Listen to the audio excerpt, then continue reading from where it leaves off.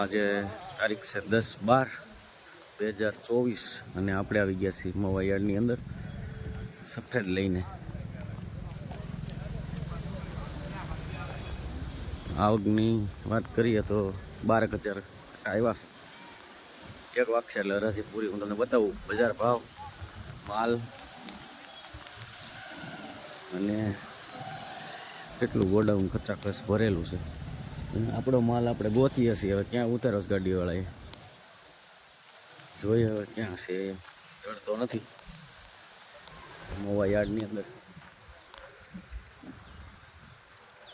Location છે અત્યારે ગોતવાનું છે આપણે। જો આ કહેવાય હિન્દુસ્તાન વાડી, અને હિન્દુસ્તાન વાડીની અંદર આવડી આવક છે, તમને બતાવીએ।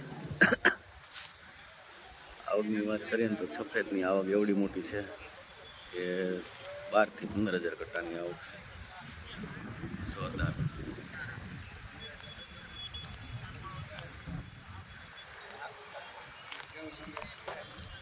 સે ડુંગળીના લટ્ઠા કાંઈ ઘટે નહીં એવા તો।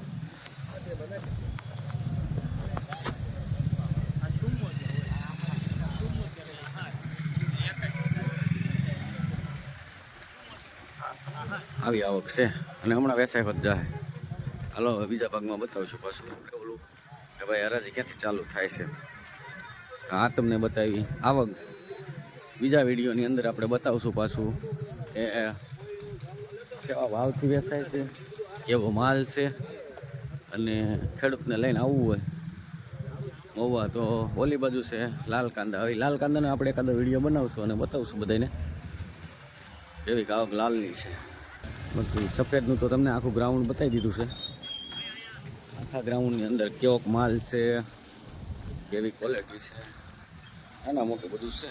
જ્યાં મોટું સફેદની આવક જોરદાર છે, એટલે લાલની સામે કમ્પેરિઝન કરે ને તો 10% માલ નથી, એમાં ઝીણું આવે, આડું છે।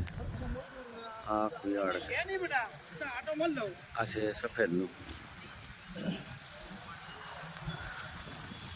ઝીણા મોટું છે, હતું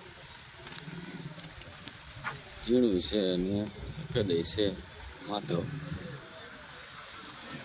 આવી રીતની આવક બધી મવા યાર્ડની સફેદની।